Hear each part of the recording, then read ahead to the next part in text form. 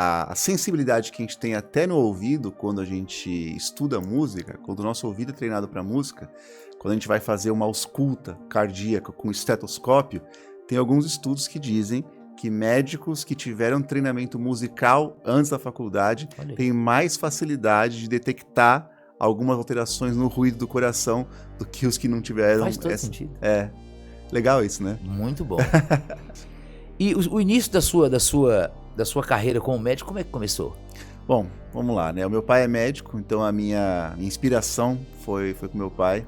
A minha mãe, ela sempre brinca, mas depois eu descobri que não é brincadeira, que era verdade, que eu falava que eu queria ser médico desde criança, mas por ver meu pai. Meu pai, ele é pediatra, e ele é daqueles caras que ele é médico à moda antiga. Sim. Então, assim, a consulta dele é demorada, as mães têm o telefone dele, aquele negócio que a gente não vê mais hoje em dia, né? Sim, é. Só que aí aconteceu uma coisa muito engraçada. Hoje eu acho que é engraçada, mas na época foi bem triste, porque eu acabei sendo um cara que chamam de workaholic, que eu trabalhava muito mais, e aí eu destruí o meu corpo, e aí eu tive um burnout. E esse burnout foi em 2020, foi bem na época da pandemia. Eu tava com a minha esposa lá, né? Eu já tinha tido minha filha lá também, a Martina. E aí, eu tava trabalhando muito, muito pesado, porque eu achava que quanto mais eu trabalhasse, mais eu teria oportunidades para ficar lá, ou para ir para os Estados Unidos, ou sei lá. Eu acabei errando muito a mão e o meu corpo simplesmente pifou, cara. Qual que seria o malefício do trigo? Para pessoas que têm intolerância ao glúten. O que o glúten faz? O glúten, ele é uma substância que ela é pró-inflamatória para o intestino. Inflamação intestinal é uma coisa que tem se aprendido cada vez mais hoje em dia. A gente sabe que o intestino, inclusive o intestino, ele é chamado de segundo cérebro, né?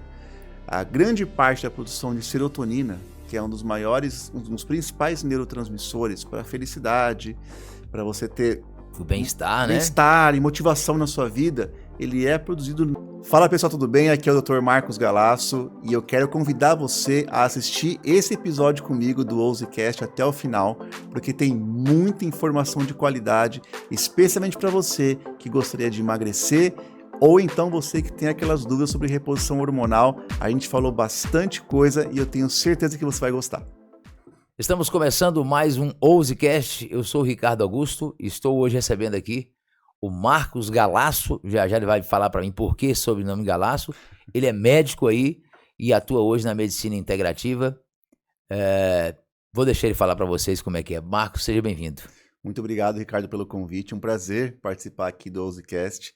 E a gente estava conversando mais cedo, né, que uma das coisas que, na minha opinião, são mais importantes para todos os médicos que estão nas redes sociais, na internet, é a gente ter essa oportunidade de passar informações de qualidade.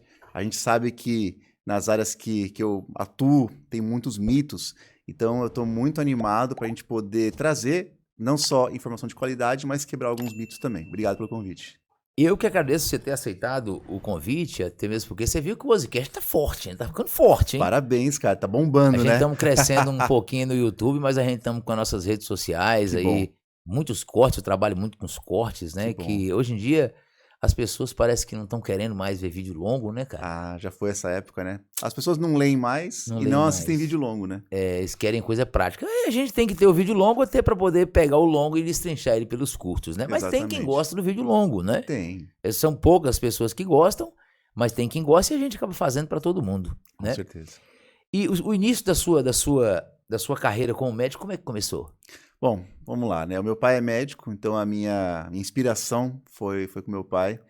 A minha mãe, ela sempre brinca, mas depois eu descobri que não é brincadeira, que era verdade, que eu falava que eu queria ser médico desde criança, mas por ver meu pai. Meu pai, ele é pediatra e ele é daqueles caras que ele é médico à moda antiga. Sim. Então, assim, a consulta dele é demorada, as mães têm o telefone dele, aquele negócio que a gente não vê mais hoje em dia, né? Sim, Se dedica mesmo. Então, esse foi o meu exemplo. E aí, quando chegou na época de escolher, né, aquela época lá, do vestibular, esse tipo de coisa, eu era uma pessoa que estava muito ligada com a música também, que é uma outra parte da minha vida. Eu toco guitarra, Eu toco violoncelo também, olha só. O que é legal, cara, sabia? Fazendo um link entre as duas coisas, pra você contar a sua história, Claro. a gente faz um link que a música, ela é uma coisa que traz pra gente uma certa sensibilidade, né? Eu acho que Total. acaba você transferindo isso de maneira automática pra medicina, que precisa de sensibilidade, né, também. É verdade. Inclusive, assim, a sensibilidade que a gente tem até no ouvido quando a gente estuda música, quando o nosso ouvido é treinado para música, quando a gente vai fazer uma ausculta cardíaca com estetoscópio, tem alguns estudos que dizem que médicos que tiveram treinamento musical antes da faculdade Olha aí. têm mais facilidade de detectar algumas alterações no ruído do coração do que os que não tiveram. Faz todo sentido. É, legal isso, né? Muito bom. E aí você foi lá, começou a estudar e foi pra faculdade e É. aí foi seguindo a história. Aí foi isso. Aí na faculdade eu realmente tive a certeza que era isso que eu queria fazer mesmo. Eu nunca larguei a música assim na minha vida, mas eu não faço profissionalmente música desde adolescente. Nunca pensou em fazer? Pensei, mas na verdade, assim, eu pensei, vamos dizer assim, foi mais pragmático, acho. Acho que foi mais prático. A minha irmã, ela é música, ela toca harpa e ela canta. E assim, ela tem uma carreira bem legal, inclusive, e... Como é que ela chama? Chama Kátia Galasso. Kátia Galasso, tem Instagram dela também? Vamos dar um abraço pra Kátia Galasso aí, quem quiser. Se a sua câmera tá aqui, manda um abraço pra ela, da sua irmã. E aí, Kátia, tudo bem? Tô aqui falando de você. Isso, e aí eu vejo a carreira dela, né? Inclusive, ela estuda até hoje, ela faz evento, faz casamento e tudo mais. Muito bom. Mas aí foi isso. Aí na faculdade eu tive uma época em que lógico, eu aprendi demais, mas eu tive a oportunidade de experimentar várias especialidades durante o curso de medicina. E naquela época, aquilo que eu gostava mais era a parte cirúrgica. E aí começou, vamos chamar assim, a primeira fase da minha carreira médica, quando eu terminei a faculdade e fui fazer a residência de cirurgia. Eu fiz tanto a faculdade quanto a residência, tudo lá na Unicamp. E aí eu fiz cirurgia geral e depois eu fiz cirurgia torácica, que é uma especialidade que mexe muito com cirurgia de pulmão, câncer de pulmão, traqueia, esôfago e a caixa torácica também. Só que aí aconteceu uma coisa bem interessante que eu acho que foi uma fase intermediária entre essa primeira era da minha vida como médico para a segunda era que é agora, que eu tive a oportunidade de ir para o Canadá. Canadá. Então eu morei quase 8 anos no Canadá, eu voltei do Canadá faz 1 ano e meio. Ah, ficou 8 anos lá, cara. E é muito frio lá, não? É muito frio. Você é de São Paulo? Eu sou de São Paulo. Capital. São Paulo, capital. Então você com o frio lá não chegou a te pegar de muito surpresa, porque aqui também é frio, assim, Mas às olha, vezes, lá né? é muito frio. Muito cara. mais? Muito frio. Chega a ficar abaixo de zero, não? Bem mais baixo que zero. A gente Puxa. chegou a pegar lá menos 20 graus. Não, você tá brincando. Verdade. Não aguento não, um lugar Canadá desse é não aguento, muito frio. não. Tá louco. Você é de Goiás, né? Sou de Goiás. Goiás, Na verdade, eu quando sou faz... natural da Bahia, que também Ah, é tá. quente. A Sim. diferença é que a Bahia, Ah. ela consegue ter uma divisão das estações melhor do que Goiás. Né? Goiás é quintura, verão, calor e mormaço. Só você não isso. tem mais nada. É. A Bahia você nem consegue pegar um invernozinho, pelo menos na região que eu nasci, né? Sim, Mas mesmo assim eu adoro o frio, sim, um frio regular, sim. mas eu vivi muito no calor, me dou bem com calor também. Acho que eu sou um cara meio atrapalhado, que eu me dou bem com as duas estações, se tratando de, vamos dizer, inverno e verão, eu me dou Sim. bem nas duas. Eu acho que Sim. tem coisas pra fazer nas duas, né? Não, com certeza. Mas prefiro o frio. Olha, bom, lá é bastante frio e o frio dura bastante tempo no ano, assim, né? E a gente teve que se acostumar, teve que se adaptar. Por exemplo, a gente aprendeu a esquiar. Que a gente pensou, a gente precisa fazer alguma coisa, alguma atividade no inverno, senão a gente vai ficar preso em casa o tempo todo, né? E lá no Canadá foi uma fase que aí sim a minha mente abriu, assim, porque eu tive a oportunidade de conviver com pessoas do mundo inteiro, literalmente. Eu fiz lá tanto uma época em que eu trabalhei só com pesquisa médica, bastante pesquisa mesmo, tempo integral. Uhum. Publiquei artigo científico, eu escrevi e sou dono de patentes internacionais de alguns experimentos que a gente fez. Viraram dispositivos médicos, vamos chamar assim, e esse dispositivo está patenteado. E nessa época eu trabalhei com gente do mundo inteiro, cara. Eu trabalhei com japonês, chinês, colombiano, australiano, americano, Europa, um monte, cara, gente do mundo inteiro. E isso abriu muito a minha mente. Só que assim, eu acabei passando por uma fase que todo mundo que via de fora achava que eu estava vivendo o auge da minha carreira, porque eu estava lá no Canadá. As pessoas já pensam assim, pô, tá na Europa, né? É É Europa mesmo, Canadá? América do Norte. América do Norte? É. acima dos Estados Unidos, né? Só que assim, eu tava num hospital de ponta lá. Eu tava trabalhando lá, depois trabalhei como médico lá também. Só que aí aconteceu uma coisa muito engraçada. Hoje eu acho que é engraçada, mas na época foi bem triste, porque eu acabei sendo um cara que chamam de workaholic, que eu trabalhava muito Demais, hein? mais, e aí eu destruí o meu corpo. E aí eu tive um burnout. Puta que E esse burnout que foi em 2020, foi bem na época da pandemia. Eu estava com a minha esposa lá, né? Eu já tinha tido minha filha lá também, a Martina. E aí eu estava trabalhando muito, muito pesado, porque eu achava que quanto mais eu trabalhasse, mais eu teria oportunidades para ficar lá, ou para ir para os Estados Unidos, ou sei lá. Eu acabei errando muito a mão e o meu corpo simplesmente pifou, cara. Fala pra mim um pouco desse burnout. E você segue no corpo pifou. Quando Pois você é. teve burnout, o que é que você sentia? Olha, bom, para quem não sabe o que é burnout, né? O burnout é quando você tem uma mistura, vamos chamar assim, de uma depressão, no sentido de você não ter mais vontade de fazer as coisas, não ver mais cor, não ver mais sentido, com um cansaço, com uma fadiga crônica que não passa, né? E isso é por conta de excesso de trabalho. Tem algumas pessoas que falam que isso é por conta de uma falência de uma das glândulas que a gente tem, que fica em cima do rim, que chama adrenal. Sim. Tem gente que fala que é uma falência de uma glândula que chama da hipófise, na verdade, que fica aqui no sistema nervoso central. Mas independente dessa discussão hormonal, eu simplesmente pifei. Eu não conseguia mais performar como médico. Eu não conseguia mais raciocinar direito. E aí teve uma época que eu fiquei uma semana que eu ia trabalhar, eu fazia as coisas, mas eu nem lembro o que aconteceu. Que minha mente simplesmente apagou. E nessa época eu comecei a falar assim, peraí, eu não sou um super-homem. Eu achava que eu era aquele cara que aguentava tudo, que conseguia dar quantos plantões precisasse dar um na sequência do outro. Eu estava trabalhando na maior UTI de Covid do país, né? Que tinha também transplante de órgãos, e que eu fazia lá também. E isso foi o despertar dessa nova fase, porque eu comecei a olhar para dentro. Então eu estava quase 20 quilos mais gordo, eu estava começando a beber. Você acredita? Um Beber. médico bebendo, né? Muito. Que entende tanto dos malefícios da bebida, né? Pois é, beber. Eu não estava usando outras drogas, eu estava começando a precisar usar remédio para ficar acordado. Porque assim, era um desbalanço Tava indo ladeira abaixo, velho. total, total mesmo. E uma depressão, assim, muito séria, longe da família, né, no inverno lá que é difícil. E por causa disso, eu comecei a olhar para dentro. Eu comecei a enxergar que se eu não cuidasse da minha saúde, eu não ia nem ter como cuidar das pessoas. Seja minha família, meus filhos, seja os meus pacientes. E foi aí que eu comecei a me cuidar. Foi só com quase 40 anos de idade que eu comecei, pela primeira vez na vida, a fazer uma dieta com um nutricionista e comecei a fazer exercícios físicos, né? E aí que eu comecei a estudar sobre essas coisas. E tudo isso culminou com eu fazer uma espécie de transição de carreira para isso que eu faço hoje. Hoje eu opero cada vez menos, eu estou atuando cada vez menos como cirurgião, faço só alguns procedimentos que são bem específicos, que não acontecem o tempo todo, e eu agora atuo nessa área de medicina integrativa com um foco especial em emagrecimento e reposição hormonal. Mas tudo começou por causa desse burnout, em que eu primeiro me transformei para agora poder ajudar as pessoas a ter mais saúde, longevidade, performance cognitiva e também controlar a obesidade e os hormônios.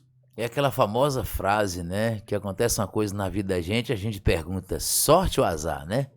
E aí? Exatamente. O burnout foi sorte ou foi azar? Foi Pois bom é. ou foi ruim, Pois né? é. Pois é. De início é uma coisa super ruim, mas o Exatamente. desfecho, que no seu caso foi um desfecho positivo, É. foi uma coisa boa. Pois Não é. só pra você, hein? Mas Pois pra é. vários que vão seguir agora os seus conselhos de uma maneira técnica e aplicada. Claro. né? Cara, eu acho o seguinte, eu acho que primeiro você precisa ser para depois você falar para as pessoas serem também. Muito bem. Um negócio que eu acho muito errado é, por exemplo, um médico extremamente obeso. Não é que ele não mereça exercer, não é isso, mas não faz muito sentido. Contraditório, né? Ou um médico que fuma, É. médico que tem esse vício, sabe? Então, assim, Eu E acho que tinha a gente... muito antigamente médico que Oh, fumava. Hoje é total. menos. Cada Não vez só menos. médico, hoje é menos geral que fuma, né? É. Hoje, hoje no Brasil tem mais pessoas que são ex-fumantes do que fumante ativo. É verdade. Foi um número bacana, né, cara? Porque o cigarro, ele é uma praga, né? E assim, mas assim, que nem eu te falei, né? A gente primeiro precisa passar por algumas coisas. Eu gosto muito da Bíblia e cito muito a Bíblia, e tem uma parte da Bíblia que fala que todas as coisas cooperam para o bem daqueles que temem a Deus. Exatamente. Então, eu acredito muito naquilo que você acabou de falar. Na hora que eu estava vivendo aquilo, aquele burnout, eu não conseguia nem entender o porquê eu estava passando aquilo. Até me questionava, né, quase a ponto de questionar Deus, mas hoje eu entendo que aquilo foi importante, porque sem aquele alarme soando bé, bé, bé, bé, bé, eu não me transformaria naquilo que eu sou hoje. Cara, eu fui uma vez, na época que eu trabalhava numa empresa de perfumes, eu Uhum. nunca esqueço isso. Uma dupla que ia pra lá, era um casal chamava Leonardo Pereira e Daniele Pereira. Uhum. Ele era de Teixeira de Freitas, na Bahia, e a mulher dele de Recife. Os dois se juntaram e casaram, e eles eram, na época, eles eram os palestrantes de um Upstar que tinha, né? Uhum. E ele falou o seguinte: tudo é válido, entendeu? Às vezes a gente só dá valor nas coisas boas, tá legal? Mas tem coisa ruim que acontece com a gente que vai evoluir para uma coisa boa. Sim. É o que você falou aí. Todas as coisas cooperam para um bem para aqueles que acreditam em Deus. É isso que você falou? Os que temem, os que Temem a Deus. Exatamente. Então, é por aí. Então, de primeiro ponto foi uma coisa negativa, mas você jamais se transformaria em que você se tornou hoje se não passasse por isso. Exatamente. Né? Pode ser menos doloroso, mas tem gente que, se aconteceu com você, era necessário. Exatamente. Mas Né? a vida é dolorosa, né? A vida é dolorosa. A vida é dolorosa. Galaço, falei que ia perguntar pra você, você tem alguma descendência desse povo do Canadá também, não? Não, é mais da Itália mesmo. É da Itália? É mais da Itália. O sobrenome Galaço é de lá. O seu pai e seu avô era de lá? Na verdade, tanto a família do meu pai quanto da minha mãe, os dois vêm de regiões diferentes da Itália, mas tudo da Itália. Da parte do meu pai um pouco mais longe, da parte da minha mãe mais próximo.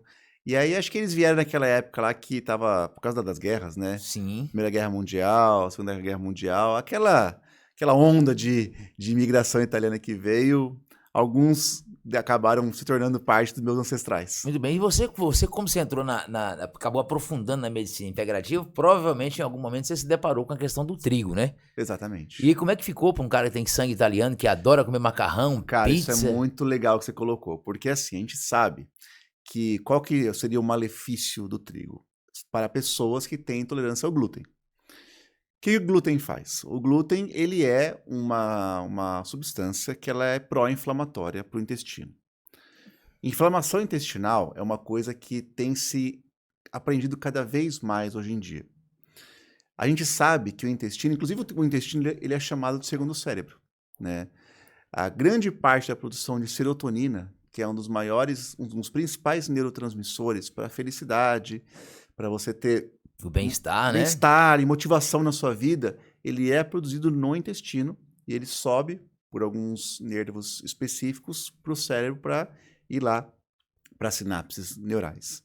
E, além disso, a maior parte do nosso sistema de defesa, como os linfonodos, né, os gânglios, eles estão presentes no intestino. De todos os linfonodos que tem no nosso corpo, mais de 70% está no nosso intestino. Então, dito isso, quando você ingere qualquer coisa que seja inflamatória para o intestino, você está basicamente inflamando o seu corpo inteiro. Muito bem. Tem uma condição chamada leaky gut, que seria intestino vazado, talvez, em português. O nosso intestino ele é um tubo formado por várias células no interior. Essas células se chamam enterócitos. Elas estão bem juntinhas, unidas umas às outras por umas junções moleculares, umas pontes moleculares, que em inglês chama tight junctions, junções apertadas, basicamente. Sim. Quando você tem intolerância ao glúten, no caso, um italiano que tem intolerância ao glúten, que come massa, pizza o tempo inteiro, né, pão branco, o que acontece? O glúten, ele inflama essas células e elas perdem essa junção. Por isso que chama de intestino vazado. Por quê? O normal é que com as células juntinhas, os fragmentos de alimento, eles vão ser digeridos, né? E esses fragmentos vão passar por dentro da célula, vai ser processado lá dentro, para ser transformado em substâncias menores, como a glicose, por exemplo, aminoácidos, aí eles vão para o sangue para ser distribuídos para o corpo. Quando você perde essa junção, esses fragmentos que deveriam ser processados na célula, eles passam entre as células e vão direto para o sangue. Só que no sangue, a gente tem várias células de defesa, que são os glóbulos brancos. Esses glóbulos brancos, eles detectam essas partículas como corpo estranho. Qual é a consequência disso? Eles liberam anticorpos contra essas partículas. Só que tem um detalhe. A sequência de aminoácidos e proteínas de uma carne que a gente come, por exemplo, ela é muito semelhante à sequência de aminoácidos do nosso músculo, da nossa tireoide, do nosso cérebro. Então, os anticorpos que estão sendo produzidos por conta dessa passagem entre as células, eles acabam sendo anticorpos contra o nosso próprio corpo. Então, são auto-anticorpos. E aí a gente tem doenças como, por exemplo, a tireoide de Hashimoto. Tem muitas pessoas que têm doenças tireoidianas, muitas mulheres, aí, recado para as mulheres, que têm Hashimoto, que a origem dessa doença está no intestino. Quando a gente trata o intestino, essas mulheres não precisam mais tomar, por exemplo, Puran, que seria uma... Puran é famosíssimo. Pois é. Tem muita gente aí tomando Puran que, na verdade, não tem uma doença primária da tireoide, mas tem uma doença intestinal cuja repercussão clínica está na tireoide. E é isso que a medicina integrativa faz. A gente enxerga o nosso paciente como um todo, e eu não vou ficar, nesse caso que eu falei, tratando só a tireoide. Olhar só para a tireoide de um jeito assim. Não. A tireoide faz parte de um organismo complexo e maior. Quais outras partes desse organismo podem estar influenciando para que essa tireoide, por exemplo, tenha algum tipo de doença? E aí que eu me apaixonei pela medicina integrativa. Quando eu vi essa visão geral, aí eu falei, cara, isso é a verdadeira medicina. Agora, uma ressalva nessa questão aí, como você falou. O glúten, ele é um problema para quem tem intolerância ao glúten. Beleza, tá. Então vão ter pessoas que não têm intolerância ao glúten. Exato. Ok, então são dois tipos de pessoas. Mas a intolerância ao glúten, a pessoa nasce com a predisposição à intolerância? Ou tem pessoas que hoje não têm intolerância ao glúten e com seu estilo de vida ele pode desenvolver a intolerância ao glúten? Ou simplesmente se ele começar a comer massa demais, trigo demais, ele vai só desenvolver um processo de engordar, um processo de obesidade? O que o glúten pode fazer para quem não tem intolerância? Ele pode vir a prejudicar lá na frente, causando intolerância? Essa é uma excelente pergunta, porque a intolerância ao glúten, ou a doença celíaca, né, que seria a intolerância total ao glúten, ela tem como poderia dizer, uma graduação entre não ter tolerância nenhuma e ter a doença celíaca. Entre não ter doença nenhuma e a doença celíaca, existem vários tipos de paciente. Tem pacientes que têm uma intolerância chamada assim parcial, né?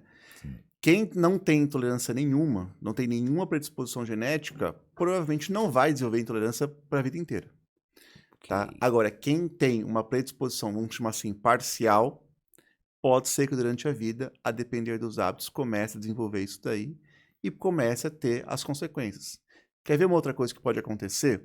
Eu falei da tireoide, mas mesmo no próprio intestino, tem pessoas que têm diarreia crônica, que não sabem por quê, e na verdade elas têm algum tipo de intolerância alimentar, como o glúten, por exemplo, em que elas têm o intestino tão inflamado que eles não conseguem produzir, né, as fezes adequadamente e a pessoa fica tendo diarreia o dia inteiro. Um dos maiores indicadores clínicos de inflamação intestinal é diarreia. Então, assim, a gente consegue, mesmo antes de pedir exames, ter uma boa noção se a pessoa está inflamada ou não. Muito bem, cara. Hoje está bem difundido, né? Muitas pessoas falando muito do glúten. Uns mais extremistas, né? Uns falam para tirar o glúten total. Pois é. Eu particularmente, assim, para mim, na minha visão, eu acho que a pessoa deveria, se ele tivesse condição, tirar o glúten total. Para mim. Mesmo assim, eu como coisa com glúten, mas se eu tivesse condição, eu tiraria. Sim. Porque é um trem que você falou, tem quem tem intolerância, tem quem não tem quem nunca vai ter, mas eu não vejo um benefício no glúten. Pois é. O cara dizer assim, o glúten é bom para isso, não tem benefício nenhum, mas quem que consegue tirar isso, né? E tem um outro ponto, né? Em se tratando de Brasil, a gente tem que entender que alimentos sem glúten eles geralmente são um pouco mais caros. Então, por isso que eu falei. Entendeu? Muito mais caro. Você né? vai no mercado, quanto que custa um pão de forma sem glúten e quanto que custa um pão de forma tradicional? O pão de forma sem glúten, às vezes, é quase 3 vezes mais caro. Exatamente, porque não rende tanto, né? E o Pois glúten é. faz render, né? Pois é, né? Então, assim, eu não sou aquele cara radical do glúten, não. Sim. Nesse tópico do glúten, eu não sou aquele cara radical do glúten. Sabe por quê? Porque, assim, quando a gente mexe com emagrecimento, a gente vê que é muito difícil você conseguir seguir uma dieta que seja muito restritiva. Sim. Além disso, alimentos com glúten, eles têm a questão nutricional e a questão de alergia, beleza, a gente acabou de falar. Só que o brasileiro, ele tem uma relação com a comida que vai muito além da nutrição. O brasileiro tem uma relação com a comida que a gente chama de hedônica. O que é? Não existe, por exemplo, nenhuma celebração no Brasil que não esteja envolvida com comida. Qualquer festinha, qualquer celebração, qualquer reunião que você tem, happy hour que você tem, vai ter algum tipo de comida. E geralmente são comidas que têm glúten, né? Então, historicamente, a gente relaciona alguns tipos de alimento com felicidade, com festa, com celebração, com conquista. E isso é muito difícil de quebrar. Muito difícil. A gente precisa ir passo a passo, a gente precisa ir devagar, e entender qual que é a realidade da pessoa. Sabe por quê? Porque você faz uma dieta restritiva demais, a pessoa aguenta às vezes 3 dias, né? Ela tem um desejo tão forte, por exemplo, pelo açúcar, pela gordura, pelo pão, pela massa, que vem de algo muito, muito interno dela, né? Essa lembrança que ela tem do passado, do bolo que a mãe fazia, do bolo que a avó fazia. E isso vai muito além de você chegar para a pessoa e explicar para ela assim, olha, nutricionalmente você precisa comer isso, isso, isso. Eu sei, doutor, mas é que eu gosto de comer pizza. Entendeu? Então, na verdade, quem tenta seguir dieta muito restritiva, alguns conseguem. Quem tem muita força de vontade consegue. Mas a maioria acaba voltando. E aí entra num ponto que é muito comum, chamado efeito sanfona. O que é o efeito sanfona, para quem não sabe? É aquela pessoa que consegue por um tempo fazer dieta, exercício físico intenso, perde lá os seus 5, 6 quilos, depois não aguenta mais, aí volta a engordar tudo de novo.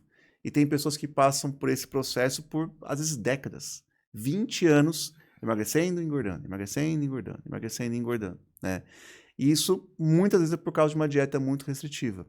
E eu não sou daqueles médicos que obriga a pessoa a cortar tudo, né? A não ser que ela tenha uma intolerância. Mas se ela não tem intolerâncias, é melhor a gente, por exemplo, pensar numa terapia medicamentosa, né? E aí, essa terapia medicamentosa vai levar a pessoa a restringir alguns tipos de alimento, do que eu ficar confiando somente na força de vontade dela. Porque eu não tenho essa força de vontade. Provavelmente você não tem. A maioria das pessoas que está assistindo aqui a gente agora não consegue, por muito tempo, cortar aquilo que gosta. Seja a cervejinha, seja o churrasquinho. Então, a gente precisa entender como que é a realidade do paciente para a gente fazer uma estratégia customizada, porque senão não funciona. É igual eu sempre digo, eu estava conversando esse dia, que eu recebo vários médicos aqui, eu recebo opiniões diferentes, né, o tempo todo. Claro. E é até importante para mim, inclusive pro Wagner ali que tá ali sentado, que vai gosta de tomar uma cervejinha, um whisky. Cerveja eu não bebo, não. É só uísque, é só coisa quente. Imagina um cara igual o Wagner aqui, eu não sei, você acha que um dos podcasts que mais recebe médico aqui é o meu, né, Wagner? A maioria do povo. Ou tem outros que faz com médico também? Tinha o da Karina que rola, mas é... Mais psicologia, né? Psicologia. Que eu acho que o que mais faz com médico, eu só faço com médicos, né? Legal, legal. Eu vou fazer com outras pessoas aí mais pra frente, mas fazer muito com médico. Então, assim, eu como anfitrião dos episódios, eu tenho que desenvolver uma capacidade muito grande de filtrar as coisas, Total. porque são opiniões muito diferentes. Então, a gente tem que colocar, como você falou, a questão da realidade aí. Aí, o que acontece? É igual eu falei eu vi um psiquiatra esses dias, ele falando, cara, eles falando sobre o fim da vida, né? Aí ele falou, pô, que bom que a vida é finita, né? Exato. O psiquiatra falou.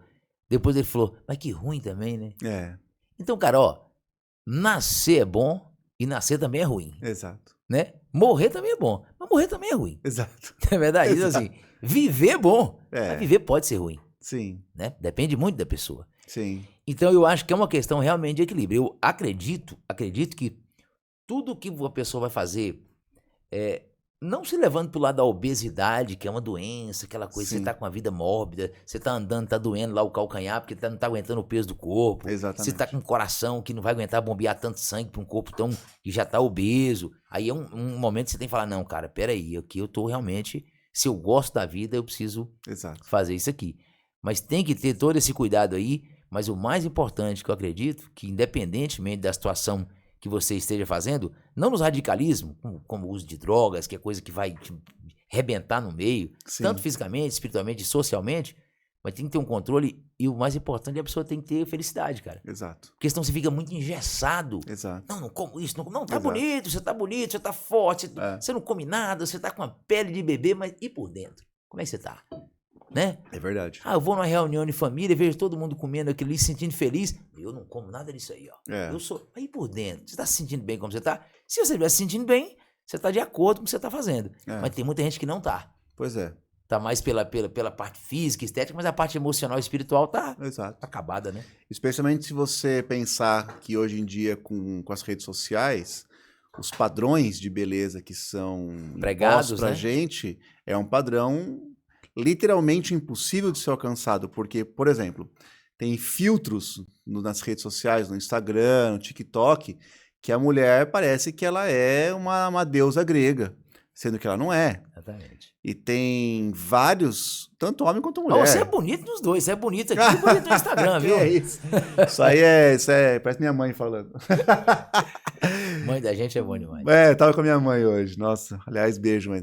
Te amo. Como é que ela chama? Ismênia. Ismênia. Dona Ismênia, tava com ela hoje. Isdona Ismênia? Ela chama Ismênia, a Dona Ismênia. Dona Ismênia. É isso Ó, aí. Dona Ismênia, tá vendo aí? O menino tá falando da senhora aqui. Legal.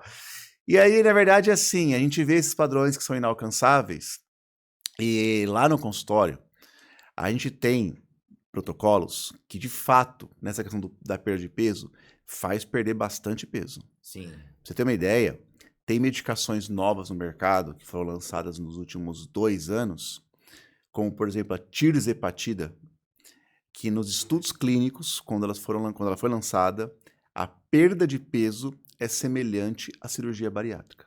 Olha aí. Então, a gente está vivendo a era de que terapias medicamentosas para obesidade conseguem perder tanto peso quanto uma cirurgia bariátrica. Só que, no consultório, a gente tem que tomar um pouco de cuidado, porque as terapias são tão poderosas que a gente tem que detectar se a pessoa apenas quer ser magra ou mais magra daquela pessoa que tem uma doença. No caso Que ela- mais grave, vamos Exatamente. dizer assim, mais sério. Exatamente. Que aí você passa da saúde, ou seja, você passa daquele ponto em que você está perdendo peso para sair da obesidade, para ter mais longevidade, para evitar doenças cardiovasculares, como infarto, AVC, e você passa a linha da normalidade e entra num outro tipo de doença, que é aquele padrão de magreza absoluta que, por exemplo, as redes sociais pregam. Então a gente tem que ter muita responsabilidade Muita. naquilo que a gente vai fazer. E é por isso que também fica aí um alerta. Hoje em dia a gente sabe que tem muitos profissionais, até não médicos, que ficam prescrevendo essas medicações, né, essas canetinhas, por exemplo, anti-obesidade. Como é que é esse negócio dessa caneta? Eu falo estrangeiro. Aí. Pois é, hoje em dia tem, né? A gente tem as canetinhas anti-obesidade. É tipo uma caneta mesmo? Na verdade, é uma caneta que eu não tenho aqui para te mostrar, mas é uma caneta que fica mais ou menos desse tamanho. Ah, Na ponta dela tem uma agulhinha pequenininha, que é uma Ah. agulha de insulina. E atrás dela você tem uns cliques que você gira. O Ozempic. O Ozempic é uma delas. É, porque eu vou falar pra você, tem um monte de amigo famoso, tá tudo tomando. Pois é. cara. Isso é problema? Olha, tomar indiscriminadamente é um problema, porque você tem efeitos colaterais. Aliás, não existe medicação que não tenha efeitos colaterais. Exatamente. E as pessoas estão achando que essas canetinhas emagrecedoras, elas são uma mágica, uma caneta mágica, em que você compra, aliás, às vezes compra até falsificado, compra lá no vestiário da academia, o cara compra lá, vai saber qual que é a procedência, vai saber qual que foi o grau de pureza e sai aplicando, né? Mas as canetinhas, quando bem indicadas, funcionam, né? Eu estava vindo para cá Uma paciente minha me ligou, ela estava assim, eufórica, porque ela tinha perdido 30 quilos. 30 quilos. Com essa caneta. Com essa caneta associada a um protocolo que a gente faz lá no Um consultório. negócio mais assistido, né? Completamente assistido. Os meus pacientes têm o WhatsApp. Os meus pacientes de emagrecimento, que a gente faz os protocolos, eles têm o WhatsApp da clínica. O WhatsApp não funciona 24 horas por dia, mas horário comercial, qualquer hora que eles perguntarem, vai ter uma resposta. Seja minha, seja da minha equipe. Se for uma coisa menos técnica, a minha equipe pode ajudar. Tem nutricionista, tem enfermeira, mas se for uma coisa mais técnica, aí eu entro no WhatsApp e respondo. Então, na minha opinião, esse é o jeito certo de fazer. Porque você está fazendo com segurança, com eficácia, uma equipe está te vendo. Se precisar, você vai lá na clínica e eu avalio. Agora, por outro lado, tem muita gente tomando indiscriminadamente, achando que é só você aplicar que tá beleza, e não é assim que funciona. E aqui o problema no Brasil tem essa cultura, né, Tem. cara? De automedicação, né? De automedicação. Isso é um perigo, cara, né? E esses negócios aí, tudo também acaba mexendo. Porque a pessoa que é obeso tem muito a ver também com o coração, né, cara? Exatamente. Então, esse medicamento, eu acredito que eles, se for mal indicado, Cara, eles atacam bem o coração, o motorzão. exato. Na verdade, assim, por exemplo, vou dar um exemplo assim.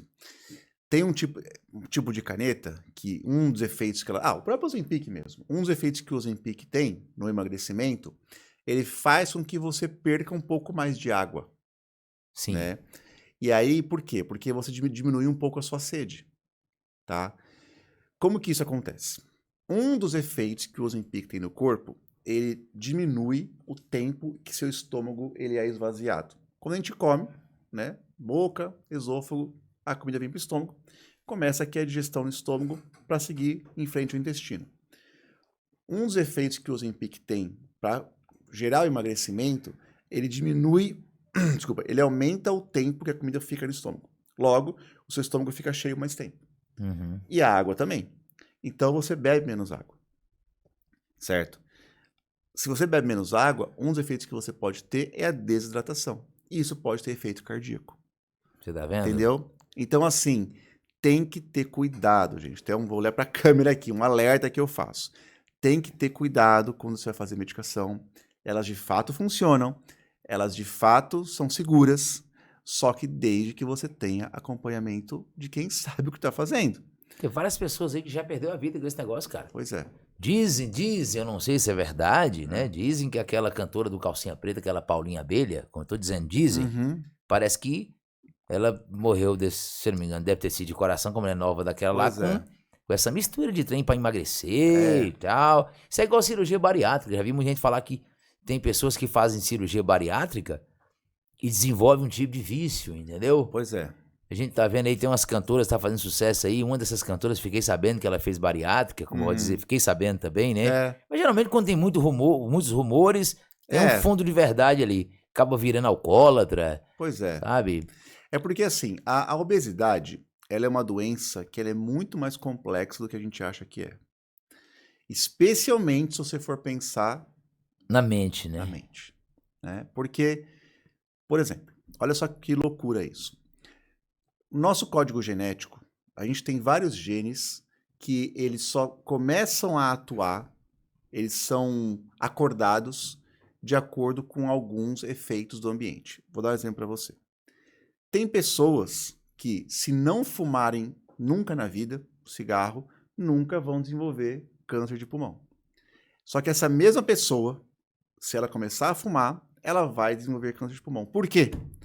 Porque no pulmão dela existem as células pulmonares, né? E que no código genético, quando a nicotina entra lá dentro do código genético, ela desperta algumas áreas específicas desse código genético, e esse código genético libera substâncias que vão repercutir em câncer. Ou seja, o ambiente externo, no caso o cigarro, vai levar essa pessoa a ter um gene que até então estava silencioso. Estava silencioso. E a obesidade é a mesma coisa. Eles têm vários genes que, se você tiver uma dieta equilibrada, não restritiva ao extremo, mas equilibrada, fizer exercícios físicos, esses genes nunca vão ser acordados. Agora, se você, especialmente na infância... Eu ia falar isso agora. Especialmente na infância. Se você começa a ter um hábito alimentar muito fora do padrão, com muitos açúcares, muitos carboidratos simples, açúcar refinado, sedentarismo na infância, você acaba acordando esses genes da obesidade. E a partir do momento que eles são acordados, por assim se dizer, eles não dormem mais. Então você vai passar o resto da vida tendo que lutar contra essa tendência do ganho de peso. Manter um padrão ali pra não voltar, né? Exatamente. Se fugir do padrão um tempinho já... Já volta. E aí que vem o efeito sanfona. E essas barrigas que dá na gente? Que eu nunca fui gordo, entendeu? Lá em Pois casa é. todo mundo é magro, cara. Eu sempre fui magro. E de tempo pra cá surgiu uma barriga em mim que não sai nem com reza braba, rapaz. Pois é. O que é isso? O que dá essas barrigas na gente? É a gordura abdominal. E como é que faz pra acabar com esse trem, cara? Pois é. Bom, em primeiro lugar, você precisa entender de onde que ela vem. Após os 40 anos, a gente tem um declínio hormonal. No Já caso tô dos nesse homens. período já? Quando você tem? Tô com 40. Pois é. Eita, zorra. Não vai afetar o falecido não, né? Ou afeta também? Como é que é Pode isso? afetar. Pode afetar. Não, só essa que é a pior parte, bicho. essa é a pior parte. Se afetar o aí que falecido, acabou. É aí que o homem começa a procurar o médico. Eita, Quando zorra. começa a cair, o homem, Marcar 6h30. o cara fica doido. O cara fica doido e vai atrás da gente. Então quer dizer que na clínica lá, geralmente os homens te procuram a partir de 40. É o que a gente atende mais. O cara dessa eu pinto lá então. Pois é. Vai ser um prazer te atender lá, vai ser uma honra poder cuidar de você. Mas isso acontece, porque Mas e a assim... barriga? Mas me conta como é que faz. Pois Você tem é. como tirar esse trem, essa pochete? Tem sim. Olha, na verdade é assim. A partir dos 40 anos, é muito mais comum a gente acumular gordura abdominal, especialmente nos homens. Nas mulheres, o acúmulo de gordura é um pouco diferente. Mulher também acumula gordura aqui na barriga, mas mulher acumula gordura mais na perna, aqui no bumbum, aqui nessa parte do braço. Mulher tem outros padrões de acúmulo de gordura. O homem é mais aqui no abdômen mesmo, tá? Bom, a primeira coisa que você precisa fazer, você precisa ver numa bioimpedância qual que é a sua porcentagem de gordura no seu corpo e qual que é a sua porcentagem de músculo. Geralmente, homens que são magros, eles também são magros de músculo. Então, Sim. precisa ver se você está com a sua taxa de musculatura adequada.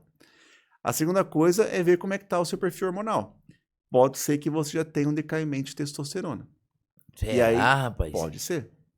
Mas eu tô pode ser. chegando burrai direto aí. Será que esse negócio não tá certo não? Como é que é Pode isso? ser, a gente tem que medir. Tem que medir, né? Tem que medir. É. E aí, se tiver um decaimento de testosterona, tem maneiras de a gente fazer a reposição hormonal, no seu caso daqui a gente está falando de testosterona, se for o caso, né? Sim. E aí a gente tem várias maneiras de fazer isso, a gente tem maneira pela pele, tem aqueles pellets, né, que é subcutâneo, tem várias maneiras.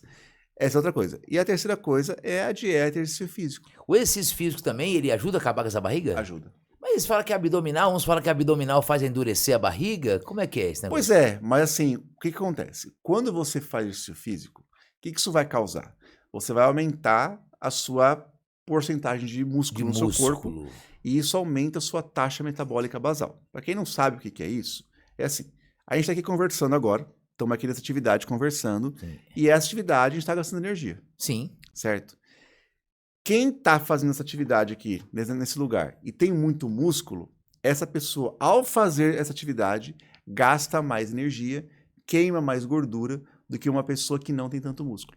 Para realizar a mesma atividade, gravar um podcast por 1 hora. Quem tem músculo vai gastar muito mais energia, queimar muito mais gordura para realizar essa 1 hora de gravação do que uma pessoa sedentária sem músculo nenhum. Você tá brincando? Exatamente. Então o benefício do exercício físico, ele vai muito mais além do que a gente imagina, Muito mais né? além, muito mais além, muito mais além. Pra você ter uma ideia, existe uma enzima produzida pelos músculos. Essa enzima, ela faz com que a gente aumente a nossa neuroplasticidade. O que é isso? Antigamente, achava-se que os neurônios eles eram estáticos, ou seja, a gente nascia, a gente desenvolvia o nosso cérebro durante a infância e depois os neurônios ficavam estáticos e começavam a morrer com a velhice. Sim. Hoje em dia, a gente sabe que isso não é verdade. Os neurônios têm o que a gente chama de neuroplasticidade, ou seja, eles vão criando ramificações, como se fossem tentáculos que as células criam, e essas ramificações, elas aumentam as conexões entre um neurônio e outro. Isso tem um nome, isso se chama neuroplasticidade. Certo. Quando você faz exercício físico, você cria uma enzima, você libera no seu organismo uma enzima que é responsável por você aumentar a sua neuroplasticidade. Tem vários estudos com irmãos gêmeos que um era sedentário e o outro não era sedentário, né? Um não fazia exercício físico nenhum e o outro fazia. Gêmeos, eles têm o mesmo código genético. Quem não faz exercício físico geralmente desenvolve doença de Alzheimer ou outras doenças neurodegenerativas, às vezes até 10 anos antes do que pessoas que eram atletas, por exemplo. Então, o próprio exercício físico, ele é neuroprotetor, porque ele faz com que você aumente a longevidade dos seus neurônios. Então, é muito mais do que só ir na academia e ter um corpo legal, ficar sarado isso ou aí sarado. como dizer assim, isso é bônus, né? É um Ficar bônus. com pouco relacionado à fisiologia, o corpo Exatamente. sarado é bônus, né? Uhum. Legal, cara. E as pessoas, a maioria das pessoas, como você falou de reposição hormonal, Uhum. tem um termo que a gente não fala muito na internet, vamos começar por ele. Fala muito da menopausa, Exatamente. mas tem também a andropausa. Exatamente. Quando que o homem está entrando na andropausa É. e qual a idade geralmente que ele entra? Essa é a idade que a gente estava conversando. 40? Mais ou menos 40 anos. Já estou entrando nesse trem? Provavelmente. Mas não é possível? Eu Todos acabei nós. de chegar na Terra? Não, parece que eu cheguei ontem aqui. Ué. Mas ó, isso que você acabou de falar é muito legal. Sabe por quê? É, Porque assim, hoje em dia, assim, bom, o Brasil é um país muito diverso. sim. Mas para pessoas como a gente que têm o privilégio de trabalhar, de ter acesso à saúde, né, acesso à informação, a nossa expectativa de vida é de mais ou menos uns 85 anos de idade. Tá bom, né? Se você está com 40 anos, você nem chegou na metade da sua vida ainda. Olha que loucura isso. Muito bom, cara. Ou seja, se você cuidar da sua saúde, no caso do que você acabou de falar, da sua saúde hormonal agora, você ainda vai ter 40 anos ou mais de vida ativa. Bom, top. Isso é muito legal. Quem se cuida chega aos 80 bem ativo, até fazendo esporte. Academia, levantando peso, namorando, por que não? Não. Né? Então, assim, olha que legal, cara. O que você faz hoje vai repercutir no futuro. Tem um negócio que eu falo no consultório, que eu falo para quase todos os meus pacientes, homens ou mulheres, que é o seguinte.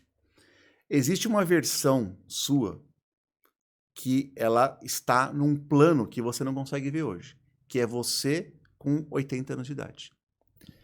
Só que esse avatar, ele é dinâmico. Cada decisão que você toma hoje, você está repercutindo nesse cara, na sua versão de 80 anos de idade. Então, se você quiser saber com qual motivação que eu vou realizar esse cuidado, esse autocuidado, é esse cara de 80 anos que existe. Nesse plano que você Se ainda ele não vê. pudesse vir lá pra cá e mostrar pra gente como é que a gente ia ficar, hein? A gente dava um jeito, né? Você pode ser aquele cara encurvadinho, com bengalinha, que esquece de tudo. Jogando dama na praça. Exatamente. Ou você pode ser aquele cara que tem aquela postura ereta, que tem músculo, que tem boas ideias, que consegue contribuir para a sociedade, que consegue cuidar da família, você entendeu? Consegue ajudar as pessoas, ajudar uma ONG, ter uma empresa, ganhar dinheiro. Por que não? Exatamente. Por que não? Como Né? diz a doutora Nau Zancan, é subir a escada rolante que desce, porque ela tá descendo. Exatamente. Pra todo mundo, só que você vai fazer com que ela desça mais devagar, Aham. né? Então, os sintomas da andropausa são esses aí que você falou. É uma barriguinha ali, Isso. Acúmulo A de ba- gordura abdominal. abdominal, certo. No homem, a queda de testosterona, principalmente, ela repercute muito com queda de foco, memória, poder de decisão. Para o homem isso é muito evidente, até mais do que as mulheres. Tem muitos homens que são empresários que me procuram lá no consultório, profissionais liberais, como outros médicos, advogados, empresários, e eles começam a falar muito sobre isso. Olha, eu comecei a esquecer as coisas.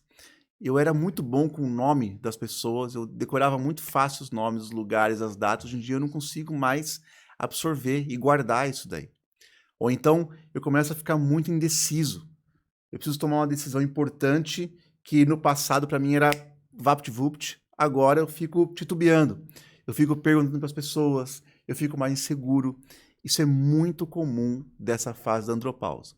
Isso que a gente estava falando, meio brincando, meio de verdade, Sim. da relação à ereção, isso vem depois no homem. Não é tão assim nessa primeira fase. Com a testo que o homem ainda tem aos 40 anos, ainda dá para ter ereção. Até porque hoje em dia é muito comum os homens tomarem remédio para Sim. ter ereção, tá muito fácil de você ter, né? Mas pensando só na perspectiva do hormônio, vai ser lá para os 60 anos de idade que vai começar a realmente ter problemas com isso. Antes disso, muitos outros sintomas já aparecem e, infelizmente, né, os homens eles não procuram tanto a ajuda médica até que comece a ter os sintomas da impotência sexual. Aí o cara fica doido. Sim, isso também é tratado predominantemente ou não com reposição hormonal e com estilo de vida. Exato.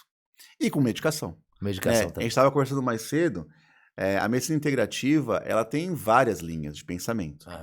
Tem gente que só usa produtos naturais, como, por exemplo, fitoterápico, e tem outros que só usam remédio. Eu me considero um cara que fica meio que no meio desses dois navegando mundos. aí, né? Eu acredito que a gente tem que avaliar tudo e reter o que é bom.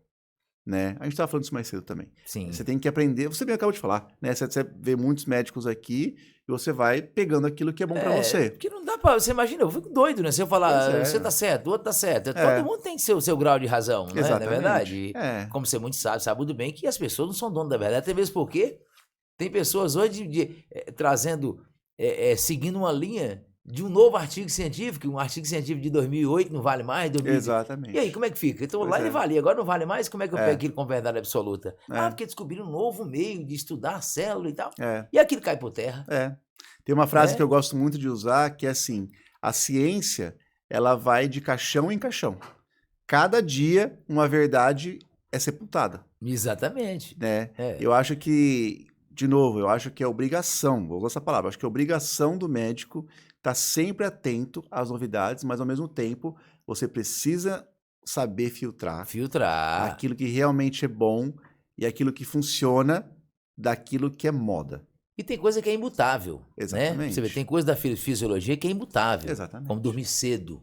Isso aí não tem como sair um artigo científico que vai dizer que você, não, dormir bom é 2 da manhã. Não, ué. Os caras das cavernas já dormia tarde, já dormia cedo e acordava cedo também, então isso aí é imutável. Mas esses novos estudos, uma hora ou outra vai chegar alguém com um estúdio, né? E por isso que esses estudos acabam trazendo novidades, claro. Né? Olha, a medicina, na verdade, a boa saúde, na minha opinião, ela vem em 4 pilares. Um deles é a boa dieta, exercício físico regular, hidratação, tomando nossa água aqui, aguinha, e sono. Esses 4. Dieta balanceada, exercício físico, hidratação e sono.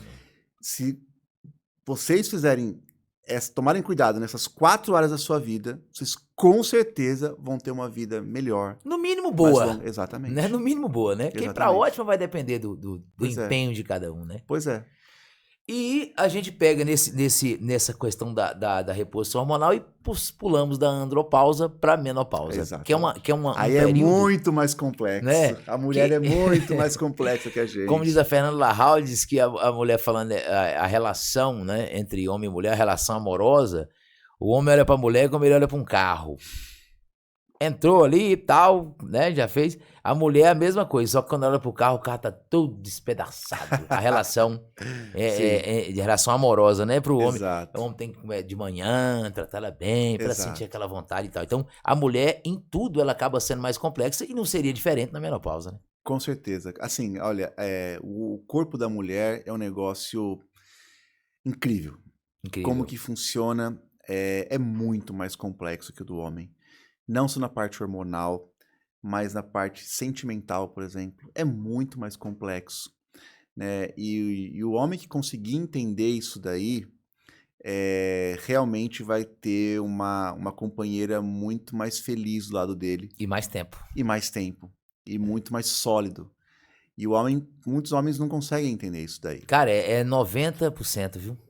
Os homens, na moral, os homens do Brasil, eu falo pra vocês, vocês estão fracos nisso aí. Tá ruim, né? Tem que entender quem sabe. Ele vai falar agora como é que funciona, que dá uma luz. Olha, as mulheres, elas têm, nessa perspectiva hormonal que você falou, elas são muito mais complexas porque elas têm muito mais hormônios que, nessa fase da menopausa, dão sintomas. Então, só pra gente explicar. Antes da menopausa, existe uma outra fase que vai do ciclo menstrual normal, ou do período fértil normal da mulher, que começa com a primeira menstruação. Esse período chama-se climatério. que vai entre a fase da mulher que ela tem o ciclo dela normal para menopausa. No meio, chama climatério. E essa fase climatério é uma fase que também ela é uma fase cercada de mitos e dúvidas, né, que as mulheres têm. Geralmente, elas não têm uma menopausa, os sintomas de menopausa que são plenos, até porque elas estão menstruando ainda, né? Mas o climatério, a gente costuma dizer que é a época de ouro para a gente começar a boa reposição hormonal. É a faculdade da menopausa. Pois é. A menopausa, ela acontece na última menstruação da mulher. E para você falar que a mulher tem menopausa, ela precisa ficar 1 ano sem ter menstruação. Então, o diagnóstico de menopausa, ele é retrospectivo. Quando a mulher fala assim, olha, eu estou há 12 meses sem menstruar. Aí você fala assim, ok, a sua menopausa aconteceu no dia X há 1 ano. É assim que funciona. Mas, estava perguntando dos hormônios, a mulher tem muito mais hormônios. A testosterona é um deles, que também tem um decaimento nessa fase, mas ela tem os hormônios femininos, como, por exemplo, o estradiol, o estriol e a progesterona. Cada hormônio desse, testosterona, estradiol, estriol, progesterona, além do hormônio em si, você tem os metabólitos, ou seja, são moléculas que são sintetizadas a partir desses hormônios que eu falei. E aí, existem metabólicos bons e metabólitos ruins. O metabólito ruim, por exemplo, do estradiol, chama-se estrona, que é um metabólito que a gente pode medir em laboratório. E se a mulher tem um aumento desses metabólitos ruins, a gente consegue tratar. Ou seja, além da gente repor os hormônios que estão faltando por causa da menopausa, a gente também pode bloquear que esses metabólitos ruins estejam muito altos no organismo, dando sintomas. Então a gente chama isso de medicina de precisão, em que a gente consegue ver exatamente qual que é a dosagem, tanto dos hormônios quanto dos metabólitos dele, e a gente consegue fazer uma terapia bem focada, bem direcionada para cada sintoma que a mulher tem, além da suplementação. Né? Então, uma das coisas que as mulheres têm quando elas têm a menopausa são problemas de sono. Muitas mulheres têm insônia por causa da menopausa. E a gente consegue, por exemplo, tratar suplementando melatonina, por exemplo. Ou então, outros suplementos que são adjuvantes dessa boa qualidade do sono. Então, assim, tem muita coisa que a gente pode fazer. E hoje em dia a medicina está muito moderna. As mulheres estão descobrindo isso ainda, mas as que têm acesso a isso, e graças a Deus a gente está conseguindo ter a nossa divulgação aqui da boa informação, sim, né? Muito bem. As mulheres que têm acesso a isso, elas conseguem ter uma vida muito melhor, com muito menos sintomas desagradáveis. E aqueles fogachos brabo que dá nas Pois é. mulheres lá, por que aquilo acontece, aqueles fogachos, cara? Aquilo ali é por causa da queda hormonal também. Da queda hormonal. Da queda hormonal também. A gente tem uma reação vascular, né? A pele da mulher tem vários microvasos, né? Que ficam logo abaixo da pele da mulher. E tem umas descargas hormonais, como por exemplo de serotonina, que são decorrentes dessa queda hormonal do estradiol, por exemplo, e que acontece de forma cíclica. Aí tem essa descarga de serotonina, a mulher tem um aumento de temperatura corporal, um aumento uma dilatação dos vasos, a pele dela fica vermelha, ela fica morrendo de calor e depois de alguns minutos passa espontaneamente. É por conta da queda hormonal mesmo. Nisso a reposição também ajuda. Ajuda. Muito bem. A reposição hormonal ajuda muito nos fogachos. E essa reposição hormonal, ela sempre tem que ser feita por um profissional. Ele precisa medir a dosar e tudo certinho. Não é para uma, não é para outra a mesma coisa, né? Não. A reposição hormonal, ela é completamente customizada. Jamais a gente vai dar uma pílula que serve para qualquer mulher, em qualquer fase, com qualquer nível de hormônio, né?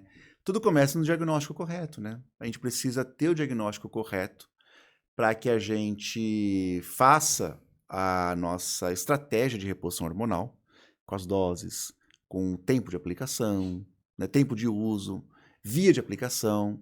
E a gente tem várias ferramentas que a gente tem na mão, mas tudo começa com o diagnóstico, né? E para você fazer o diagnóstico correto e, consequentemente, para você fazer uma terapêutica correta, você precisa saber o que está fazendo, né? Exatamente. E nesse período também da menopausa, o Marcos Galasso, vou colocar meu sobrenome de Ricardo Galasso. Ricardo Galasso, ótimo. Eu gostei desse sobrenome. Bacana. E nesse processo, existe alguns alimentos que a mulher, por exemplo, nesse período de menopausa, que ajuda a agravar os sintomas? Pois é. Na verdade, é assim. O que a gente tem? A gente tem que os hormônios, por exemplo, a testosterona e o estradiol, um dos efeitos que ele tem são efeitos anti-inflamatórios, tá bom? Então, a testosterona, ela é um hormônio que, além de promover outros sintomas, alívio de sintomas como, por exemplo, que eu falei nos homens, de foco, de atenção, em níveis adequados, ele é anti-inflamatório. Inclusive, a testosterona é um hormônio que gera, na verdade, proteção cardiovascular, tá bom? Diminui índices de infarto, inclusive, tá certo? Mas sobre os alimentos, qualquer alimento que seja pró-inflamatório vai piorar os sintomas da menopausa. Que seja pró-inflamatório, ou seja, seja a favor da inflamação. Que vai vão inflamar. levar à inflamação. Vão levar à inflamação. Quer ver um exemplo? Açúcar refinado. O açúcar refinado, ele é um alimento pró-inflamatório. É um alimento que inflama o nosso organismo. Se a mulher está na menopausa, com decaimento hormonal, e ela ingere muito açúcar refinado, ela vai piorar os sintomas da menopausa dela. Se a mulher também tiver em menopausa e meter a cara na cerveja também, o negócio dá uma prejudicada legal, né? Total. O álcool, ele é tóxico para o nosso organismo. Para qualquer idade. Para qualquer idade, né? Quer ver um órgão que tem tem dois órgãos que eu vou citar para você que o álcool gera uma toxicidade direta. Um é o próprio fígado, que isso muita gente conhece, né? Sim. Quem não conhece, quem teve cirrose por causa de álcool. Sim. E o outro é a tireoide. A tireoide também? Total. A tireoide, ela é um órgão que que o álcool ele é muito tóxico para a tireoide. E é uma toxicidade direta. Então você bebe álcool, o álcool ele começa a circular no sangue e vai para a tireoide e ataca diretamente a tireoide. Então, por exemplo, uma mulher que tem uma doença tireoidiana, como eu falei mais cedo, um Hashimoto, se ela bebe álcool, ela vai piorar a tireoidite, ou seja, a inflamação da tireoide dela. Então, citando dois alimentos, açúcar refinado e álcool, eles vão piorar não só a toxicidade, como eu falei, hepática, tireoidiana e de outros órgãos, mas também vão piorar os sintomas da menopausa. É uma bomba, né, cara? É uma bomba, cara. Puxa, que loucura. E quando a gente fala, eu vejo você falar muito de dieta, do emagrecimento, que é uma das suas áreas. Sim.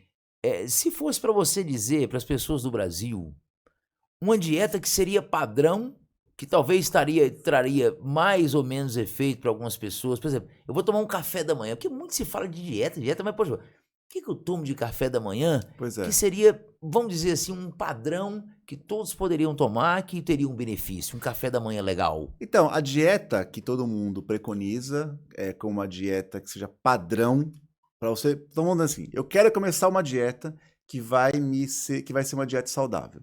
É o que a gente chama de dieta mediterrânea. Mediterrânea. Que é a dieta que o povo que vive ao redor do mar Mediterrâneo, no sul da Europa, por exemplo, né, eles acabam ingerindo. Então, o que é essa dieta? É uma dieta que tem baixos níveis de carboidratos simples, como, por exemplo, o pão branco, e tem altos níveis de carboidratos complexos, como, por exemplo, o abacate. O abacate. Quais são outros carboidratos que você pode ingerir que são carboidratos bons no almoço, por exemplo? Leguminosas, brócolis, cenoura, que são alimentos que são carboidratos, semelhantemente a um pão, mas eles são menos inflamatórios do que um pão branco, por exemplo.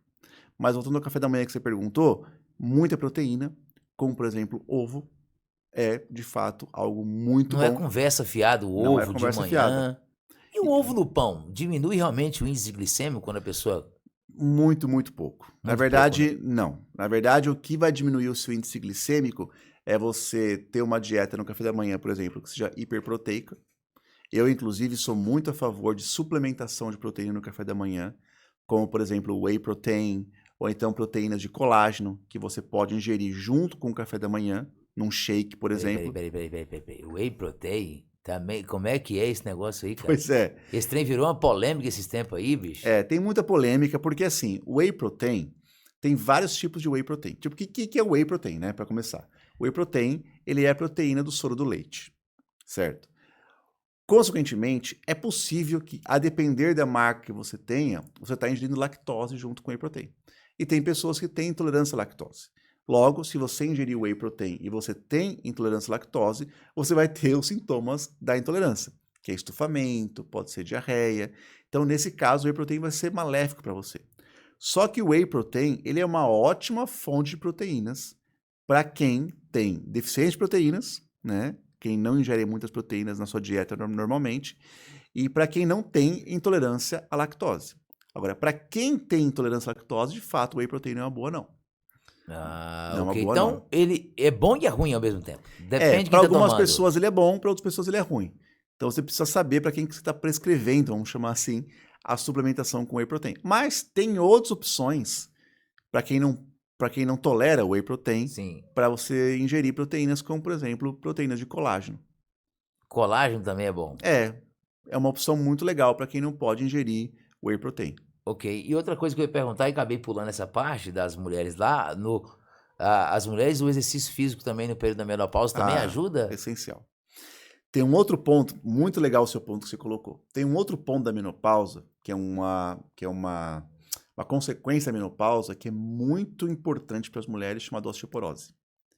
Mulheres na menopausa têm uma tendência, um risco muito maior de desenvolver osteoporose e osteopenia do que homens, por causa da menopausa. Para quem não sabe o que é osteoporose, é a perda da massa óssea. E isso resulta em quê? Em maior chance de fratura. Por isso que aquelas senhorinhas, aquelas avózinhas, que quando elas caem, elas fraturam o fêmur, às vezes. Uma queda boba, uma queda no banheiro, ela quebra, fratura o fêmur. Isso acontece demais. Acontece demais. Por que isso acontece? Muito provavelmente, essas mulheres já tinham osteoporose, que acontece muito por causa da menopausa também, né? E isso você pode também reverter com a reposição hormonal. Sim. Você pode, lógico que existem tratamentos específicos para osteoporose, tratamento para o osso, né?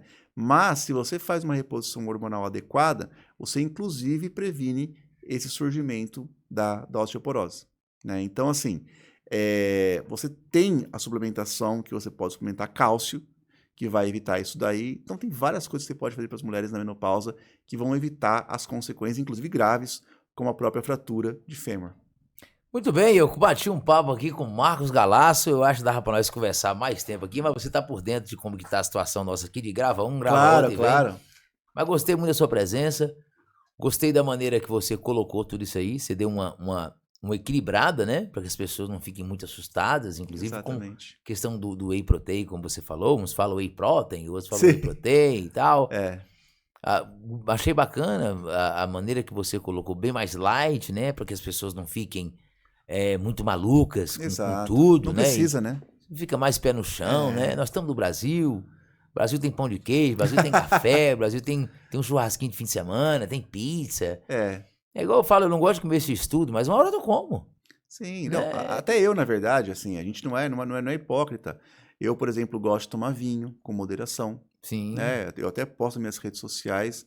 Eu acho que é assim, a boa saúde, ela tá em você ter um equilíbrio entre as coisas. E a dieta não é diferente, né? De novo, para quem quer emagrecer, eu não recomendo você ir para a linha da dieta extremamente restritiva, né? Eu não recomendo isso. Por quê? Porque é muito difícil que você consiga seguir essa dieta de forma sustentada. Eu não quero que meus pacientes apenas saiam da obesidade. Eu quero que eles saiam da obesidade e se mantenham magros por um longo período de tempo, até a vida toda. Sim. Eu quero que elas nunca mais voltem. Então, para isso, você precisa lançar mão de estratégias alimentares, concordo com você, tem que ter um plano alimentar, mas, de novo, né, a gente nem falou sobre isso, acho que não deu tempo. Pode falar na próxima vez. Pode falar do plano alimentar? Não, mas eu ia falar que junto com isso tem as medicações. Sim. Né? Tem muita gente que morre de medo disso, mas as medicações para a obesidade hoje, elas são muito seguras. Né? A gente falou bastante das canetinhas. Sim. As canetinhas, quando bem utilizadas, quando bem indicadas, elas são seguras. E elas ajudam a gente a vencer essa tendência que a gente tem de voltar a comer demais e comer errado. Né? Porque é aí que elas são muito benéficas. Elas vão ser um aliado para quem naturalmente tem a tendência a voltar para comer tudo lixo, né? E voltar a engordar.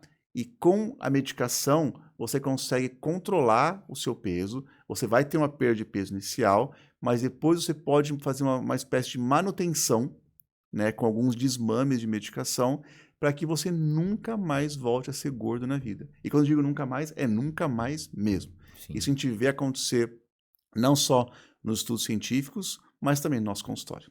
Muito bem, agradeço muito a presença do Marcos Galasso aí, gostei demais da sua presença. Obrigado. E agora as considerações ficam com você, para a gente poder finalizar esse episódio que ficou sensacional. Puxa, eu que agradeço mesmo o seu convite, cara. Acho que, de novo, eu saio daqui com a sensação de dever cumprido, Muito bem. de realmente passar boas informações. E quem quiser me seguir nas redes sociais é o @drmarcos.galasso, especialmente no Instagram. Estou pensando seriamente em começar um canal do YouTube. Tem que começar. O YouTube é uma ferramenta espetacular para você Espetacular. ensinar, né? Exatamente. E você passar boas informações. E eu desejo muito sucesso para o seu podcast. Se no futuro você tiver desejo da gente conversar mais, já me coloco à disposição. Já, você vai vir Porque outras da vezes. minha sem sombra de parte, dúvidas. também achei muito legal agradecer você e sua equipe também, que realmente foram muito legais comigo, me receberam muito bem. E eu vou falar do seu podcast para meus pacientes também. Fala mesmo pra essa galera seguir nós lá e seguir nós lá, não, seguir nós aqui, porque Aqui tem tanta rede, tem né? tanta, né? Então até o próximo podcast, se Deus quiser e Ele há de querer.